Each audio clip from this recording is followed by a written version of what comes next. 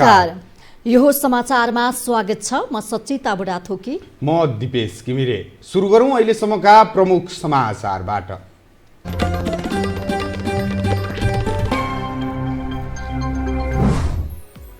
विवादित 2 अध्यादेश हप्ता दिन नबित्दै सरकारले लियो फिर्ता। अध्यादेशको आडमा अपराध गर्नेमाथि कारबाही गर्न प्रधानमन्त्रीलाई देउवाको सुझाव। कोरोना नियन्त्रणको लागि सहजीकरण गर्न सरकारले स्थानीय तहमा टोली खटाउने। हालसम्म 47,000 भन्दा बढीको परीक्षण।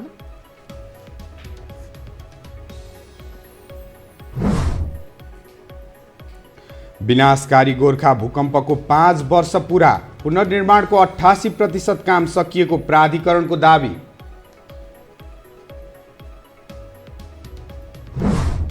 विपदका बेला पनि उपभोक्ता ठगिने क्रम रोकिएन।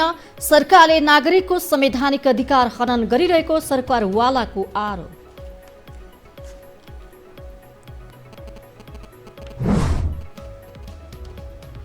र विश्वभर भाइरसका कारण मृत्यु हुनेको संख्या 1,90,000 नाग्यो। अमेरिकामा मात्रै झण्डै 50,000ले गुमाए ज्यान।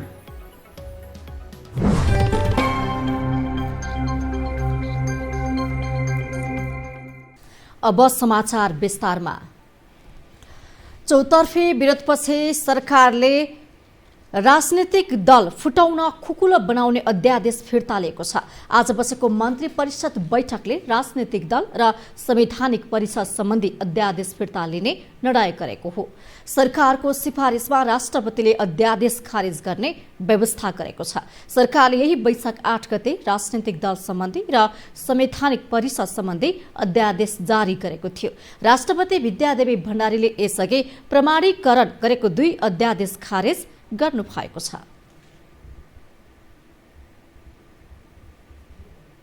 नेपाली कांग्रेसका सभापति शेरबहादुर देउवाले 2 अध्यादेश फिर्ता लिएर गल्ती सच्याइएको भन्दै प्रधानमन्त्री केपी शर्मा ओलीलाई धन्यवाद दिनुभएको छ। आज अपराह्न बालुवाटारमा प्रधानमन्त्री केपी शर्मा ओलीसँगको भेटमा देउवाले कोरोनाको जोखिमसँग लडिरहँदा अब विवादका कुरा नल्याउन देउवाले ओलीलाई सुझाव दिनुभएको हो। उहाँले समाजवादी पार्टीका सांसद डाक्टर सुरेन्द्र यादवलाई अपहरणको शैलीमा काठमाडौँ ल्याउनेहरूलाई कारबाही गर्न प्रधानमन्त्रीसँग माग पनि गर्नु भएको छ। सभापति देउवाले कोरोना भाइरस रोकथाम तथा नियन्त्रणको लागि गरेको लकडाउनबाट समस्यामा परेकाहरूलाई सरकारले घोषणा गरेको राहत अधुरो भएको र लक्षित वर्गसम्म नपुगेको भन्दै ओलीको ध्यानाकर्षण गर्नु भएको हो। आजै बालुवाटारमा ओली, देउवा र नेकपाका अर्का अध्यक्ष पुष्पकमल दाहालबीच छलफल भएको थियो। सरकारले विभिन्न विधेयक र अध्यादेश जारी गर्दै फिर्ता लिन थालेपछि नेकपाका नेताहरूले यसलाई अपरिपक्व गतिविधिको संज्ञा दिएका छन्। बिना अध्ययन र छलफल असान्दर्भिक समयमा गरेका निर्णयले पार्टी र देशलाई मात्र नभएर जनताको भावनामा समेत ठेस पुर्याउने उनीहरूको भनाइ छ। एक रिपोर्ट। जनहितमा हुने कदमलाई निरन्तरता नदिने र जनअधिकार हनन हुने काममा हात धोएर लाग्ने प्रवृत्तिका कारण सरकारको आलोचना बढिरहेको छ। 2 वर्ष 3 महिनाको अवधिमा एक पछि अर्को अपरिपक्व निर्णय आइरहँदा सरकारप्रति नागरिक तह र प्रतिपक्षबाट मात्र नभई पार्टीकै नेता कार्यकर्ताको असन्तुष्टि पनि चुलिएको छ। विश्व नै कोरोना महामारीको चपेटामा परेको अहिलेको अवस्थामा गत सोमबार सरकारको सिफारिसमा राष्ट्रपति विद्यादेवी भण्डारीले राजनैतिक दल र संवैधानिक परिषद सम्बन्धी अध्यादेश जारी गरिन्। तर एक साता पनि नबित्दै ती अध्यादेश फिर्ता लिनुपर्ने अवस्था आउनुलाई नेताहरू सरकारको अपरिपक्वताको संज्ञा दिन्छन्। प्रतिपक्षी दलहरूसँगको छलफल त परे जाओस्, पार्टी भित्रै समेत छलफल नगरी अध्यादेश ल्याउनु गलत भएको टिप्पणी गर्छन् सत्ता पक्षकै नेताहरू। त्यस्तो अवस्थामा नेपाल जस्तो एउटा सानो मुलुक, कमजोर मुलुक, खुला सिमाना रहेको चाहिँ मुलुक, त्यसमा चाहिँ तपाईको थोरै मात्रै व्यवस्था गरे, थोरै मात्रै लापरवाही गर्यो भने त यहाँ महामारी फैलियो भने त नेपालले त थ्याक्न सक्दैन चाहिँ। त्यहाँदेखि अहिले त कमसेकम चाहिँ तपाईँ के हो त भन्दाखेरि जनताको स्वास्थ्यको सुरक्षा गर्ने प्रश्न प्रमुख कुरा भयो नि। त्यसो भएको हुनाले समग्र ध्यान चाहिँ यसमा केन्द्रित गर्नुपर्ने आवश्यकता हो। त यसबाट ध्यान डाइभर्ट गरेर अन्त चाहिँ जो लैजाने प्रयास भयो र त्यो दुःखद पक्ष हो। त्यसो भएको हुनाले चाहिँ त्यसलाई फर्काएर अन्यत्र ध्यान डाइभर्ट हुन नदिने र फेरि पनि फर्काएर यही अभियानमा केन्द्रित गर्ने ढङ्गले चाहिँ यो पछिल्लो समयमा जसरी गइरहेको छ, अहिले आजको चाहिँ क्याबिनेटको निर्णयले जे गरेको छ त्यो मूलभूत रूपमा ठिक भयो भन्ने लाग्छ। त्यसो त सरकारले ल्याएको यो अध्यादेश मात्रै होइन, गुठी विधेयक, नागरिकता ऐन, लोकसेवा आयोग, राहदानी, मिडिया काउन्सिल लगायतका थुप्रै विधेयकको विषयमा चर्को आलोचना भएको थियो। यसका कारण कतिपय विधेयकमा सरकार पछि हट्न समेत बाध्य भयो भने केहीलाई सच्याइएको भनियो। अलोकप्रिय निर्णयहरूको पुलिन्दा तयार गर्दै गर्दा सरकारले जनताका पक्षमा हुने निर्णयलाई झोलामा थन्क्याएको छ। यातायातको सिन्डिकेट हटाउने, विषादीयुक्त तरकारी फलफुल रोक्ने लगायतका सरकारका निर्णय हावाधारी साबित भएका छन्। त्यसैले समयको गति र जनताको चाहना नबुझी असान्दर्भिक विषय उठाउँदा सरकारप्रतिको विश्वास घट्ने विज्ञहरूको बुझाइ छ। र यो सरकार आफ्नै दलभित्रबाट असहयोग पाएर सानो गल्ती गर्दै जाने हो भने यो सरकारसँग नागरिक बीचको दूरी बढेर जान्छ र मुलुक गृहयुद्धतर्फ उन्मुख हुन्छ। किनभने अब कोरोना पछिको गरिबी, यसपछिको बेरोजगारी, यो पछिको अभाव, यो पछिको महँगी र विदेशबाट फर्किने नेपालीहरूको व्यवस्थापन हामी नेपालीले गर्न सक्दैनौँ। नगरेपछि यसले अपराध, सामाजिक विकृति र अपराधहरू यसले निर्माण गर्छ र सामाजिक विकृति र अपराधको समष्टिगत भनेको मुलुक गृहयुद्धतर्फ जान्छ। तत्कालीन समस्याको समाधान र जनहितका काममा क्रियाशील हुनुको साटो अन्यत्रै बहकिँदा सरकारप्रतिको विश्वास घट्दै जाने विश्लेषकहरू बताउँछन्। धेरै वर्षपछि मुलुकले पाएको बहुमतको सरकार पनि यी र यस्तै गतिविधिले ढल्ने र पुनः राजनीतिक अस्थिरताको सुरुवात हुने भन्दै धेरैले चिन्ता जनाइरहेका छन्।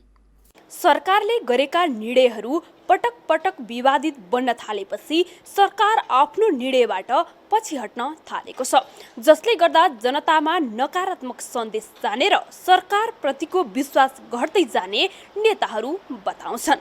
यो हो टेलिभिजनका लागि क्यामेरामा सञ्जय घिमिरेका साथ कान्ति न्यौपाने, काठमाडौँ। अब बाँकी समाचार। कोरोना भाइरस रोकथाम तथा नियन्त्रणका लागि ट्रेसिङ र टेस्टिङ कार्यमा सहजीकरण गर्न भन्दै सरकारले स्थानीय तहमा खटाउने टोली गठन गरेको छ। स्वास्थ्य तथा जनसङ्ख्या मन्त्रालयमा आयोजित नियमित पत्रकार सम्मेलनमा मन्त्रालयका प्रवक्ता डाक्टर विकास देवकोटाले स्थानीय तहमा हुने ट्रेसिङ र टेस्टिङ कार्यमा सहजीकरण गर्न 3 सदस्यीय स्वास्थ्यकर्मीको समूह गठन गरिएको बताउनुभयो। उहाँले उक्त समूहमा जनस्वास्थ्य अधिकृत, ल्याब प्रयोगशालाको कर्मचारी, प्यारामेडिसिन वा नर्स एक जना रहने जानकारी दिनुभयो। कोभिड-19 को नियन्त्रण र रोकथामलाई थप व्यवस्थित गर्नका लागि ट्रेसिङ र टेस्टिङ कार्यमा सहयोग र सहजीकरण गर्नको निम्ति विभिन्न स्थानीय निकायहरूमा खटिनको लागि हामीले टिम गठन गरेका छौँ, जसमा जनस्वास्थ्य अधिकृत, ल्याब प्रयोगशालाको कर्मचारी, पारामेडिक्स वा नर्स एक जना गरी 3 जनाको समूह बनाएका छौँ। डाक्टर देवकोटाले उदयपुरबाट 78 जनाको ल्याब नमुना सङ्कलन गरी कोशी अस्पतालमा पठाइएको उहाँले बताउनुभयो। अहिलेसम्म कोरोना भाइरस परीक्षण गरिएको कुल सङ्ख्या 47,496 पुगेको प्रवक्ता देवकोटाको भनाइ थियो। अहिलेसम्म देशभर 12,985 जना क्वारेन्टाइनमा छन् भने 89 जना आइसोलेसनमा रहेका छन्। अहिलेसम्म कुल सङ्क्रमित 48 जना छन् भने 10 जना निको भएर घर फर्किसकेका छन्।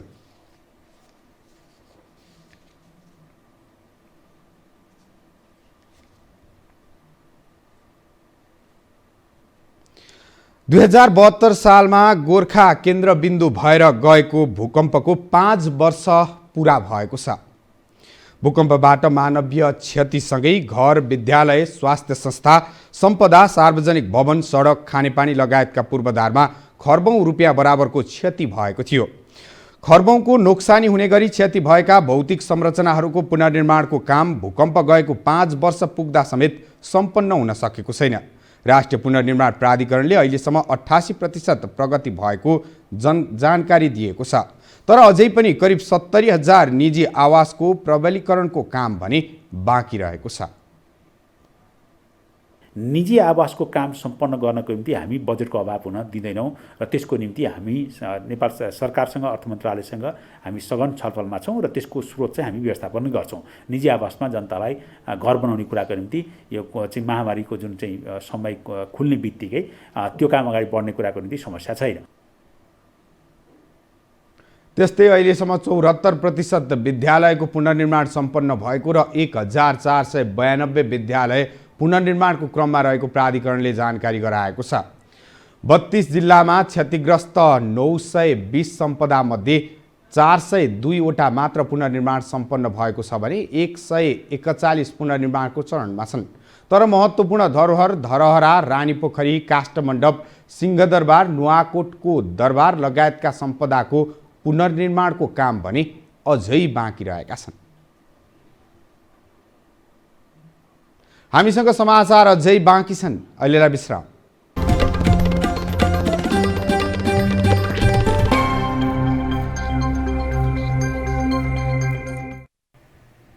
विश्रामपछि स्वागत छ। अब बाँकी समाचार। सरकारले लकडाउन गरेपछि 1 महिना यता विकास निर्माणका काम प्रभावित बनेका छन्। धेरै आयोजनाको काम अहिले रोकिएको छ। तर नेपाल विद्युत प्राधिकरणले भने लकडाउनको उल्लङ्घन गर्दै सहयोग कामदार परिचालन गरेर काठमाडौँमा विद्युतीय लाइन भूमिगत गर्ने काम तीव्र पारेको छ। एक रिपोर्ट। लकडाउनका कारण अहिले सबै उद्योग धन्दा, कल कारखाना र व्यापार व्यवसाय बन्द छन्। काम बन्द भएपछि मजदुर खाना बस्न समस्या भएर पैदलै घर फर्किरहेका छन्। लकडाउन सफल बनाउन प्रहरीले कडाई पनि गर्यो।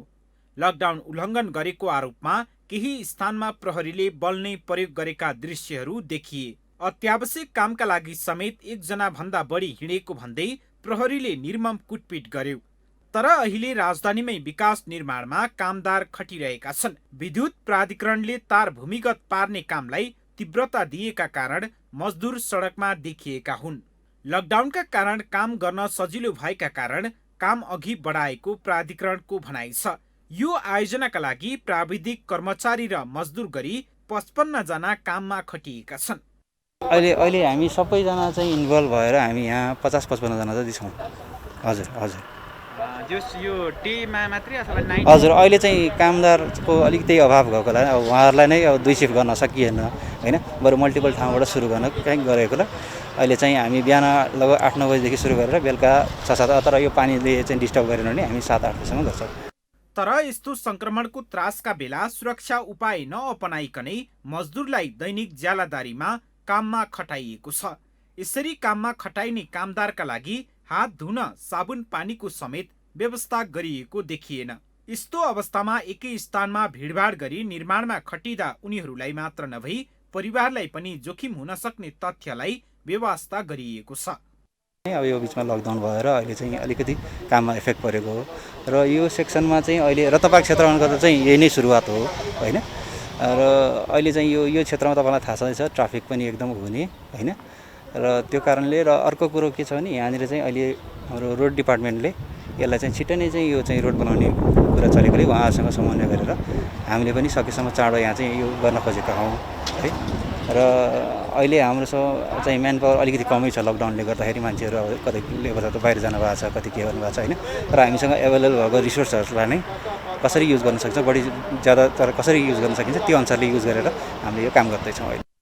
अहिले चाबहिल चुच्चेपाटीदेखि गौशालासम्म बिजुलीको तार भूमिगत गर्न लागि छ। यो काम 10 दिनमा सक्ने प्राधिकरणको लक्ष्य छ। काठमाडौँ उपत्यकामा प्राधिकरणको रत्नपार्क वितरण केन्द्र र महाराजगञ्ज वितरण केन्द्र अन्तर्गतका स्थानमा तार भूमिगत गर्ने काम जारी छ। व्यस्त रहने सडकमा गरिने निर्माणका लागि लकडाउन उपयोगी भएको छ। तर विकास निर्माण गर्ने नाममा कोरोना महामारी फैलियो भने अवस्था के होला, यसतर्फ सरकारको ध्यान जानुपर्छ। मानिस बाँचे निर्माण हुँदै गर्छ, ज्यान नै नरहे कसका लागि विकास निर्माण। क्यामेरा पर्सन सञ्जय घिमिरेका साथमा सम्वेक बस्नेत, काठमाडौँ। अब बाँकी समाचार।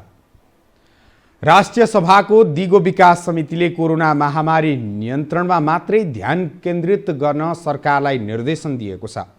विश्व महामारीका रूपमा फैलिएको कोरोना भाइरस संक्रमणको जोखिम बढिरहेका बेला सरकारको ध्यान अन्यत्र गएको भन्दै सांसदहरूले समेत महामारी नियन्त्रणका लागि ध्यान दिन सरकारलाई आग्रह गरेका छन्।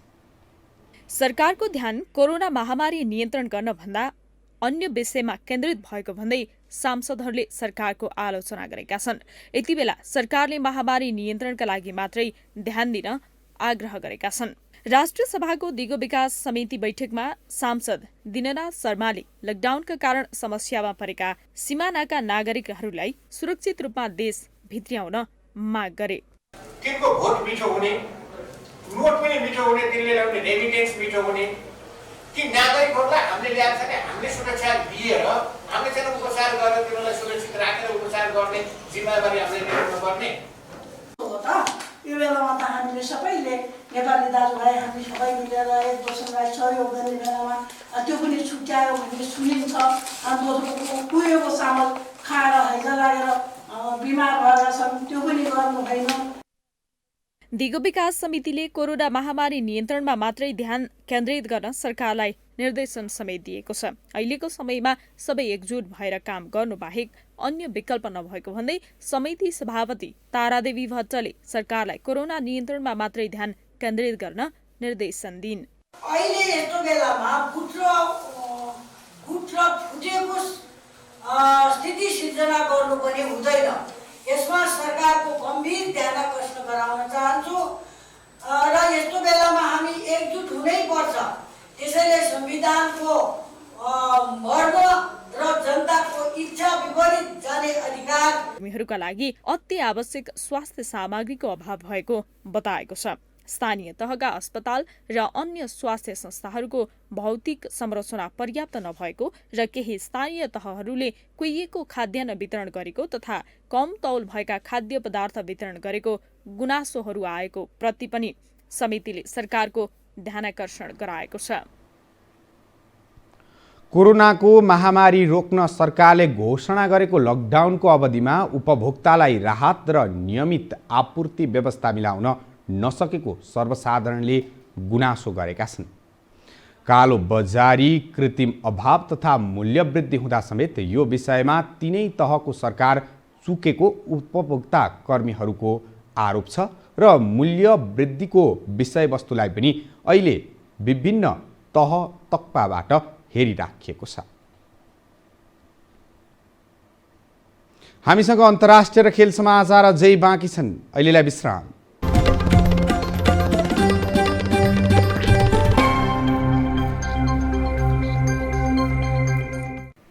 विश्रामपछि स्वागत छ। अब अन्तर्राष्ट्रिय समाचार।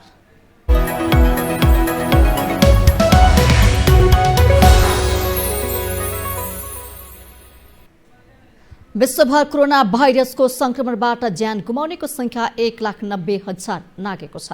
गएको 24 घण्टामा मात्रै यसको संक्रमणबाट विश्वभर 6,569 जनाले ज्यान गुमाएका छन्। यो सँगै मृत्यु हुनेको संख्या 1,93,512 पुगेको छ।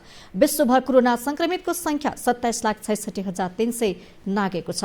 संक्रमित मध्ये 7,45,779 जना उपचारपछि निको भइसकेका छन्। विगत 24 घण्टामा सबैभन्दा बढी अमेरिकामा 2,322 जनाको मृत्यु भएको छ। यो सँगै अमेरिकामा कोरोना संक्रमणको कारण ज्यान गुमाउनेको संख्या 50,451 पुगेको छ। त्यहाँ अहिलेसम्म 8,91,650 भन्दा बढी संक्रमित भएका छन्। बिहिबार मात्रै अमेरिकामा 31,000 भन्दा धेरै नयाँ संक्रमित थपिएका छन्। अब खेल समाचार।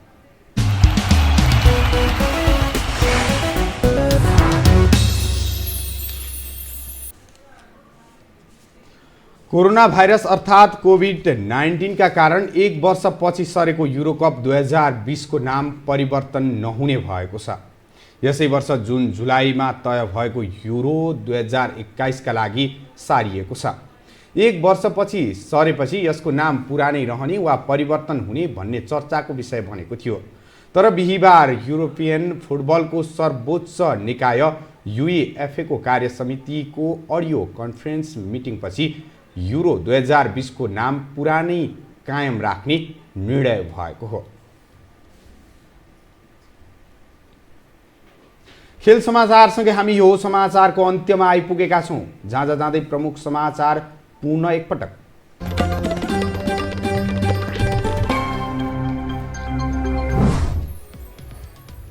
विवादित 2 अध्यादेश हप्ता दिन नबित्दै सरकारले लियो फिर्ता।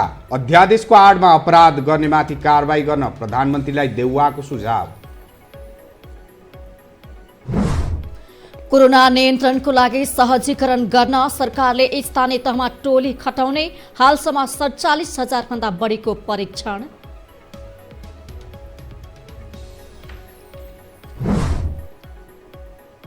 विनाशकारी गोर्खा भूकम्पको 5 वर्ष पूरा, पुनर्निर्माणको 88% काम सकिएको प्राधिकरणको दावी।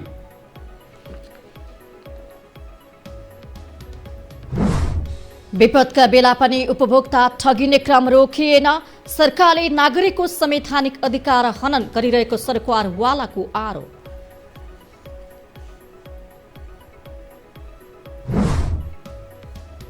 र विश्वभर कोरोना भाइरसका कारण मृत्यु हुनेको संख्या 1,90,000 नाघ्यो। अमेरिकामा मात्रै झण्डै 50,000ले गुमाए ज्यान।